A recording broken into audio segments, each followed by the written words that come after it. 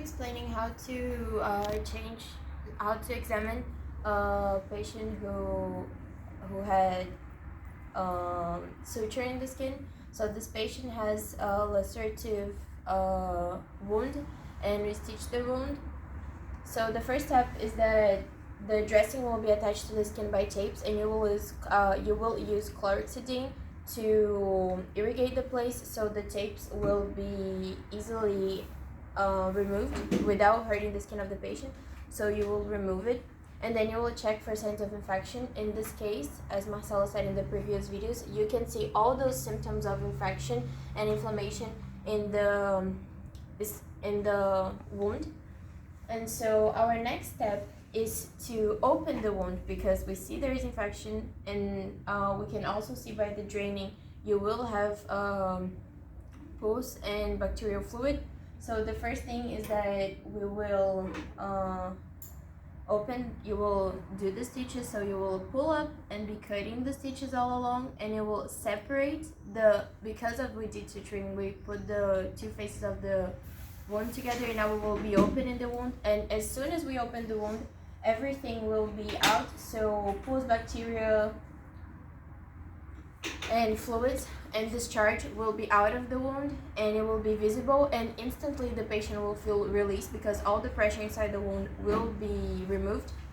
And the next step is now clean the wound. So we will once again irrigate everything with chlorhexidine, which is an antiseptic solution, and now you will get a sterile clot, and you will pat and dry out, and you should also dry the inside of the wound to remove all the fluid and discharge that it was present.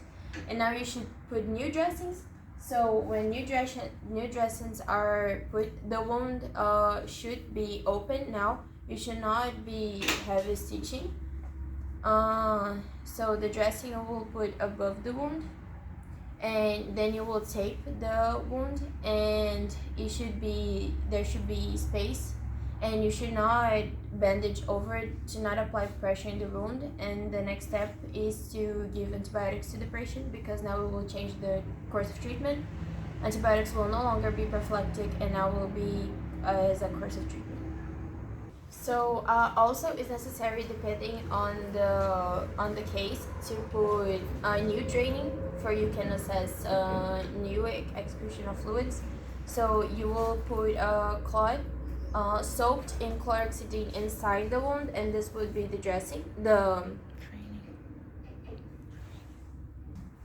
So this will be the draining. The draining is supposed to be inside the wound to absorb any pus and secretion, bacterial secretion, and then you will have a soaked cloth, and you will put upwards on it, and then you will have the dressing, which will go.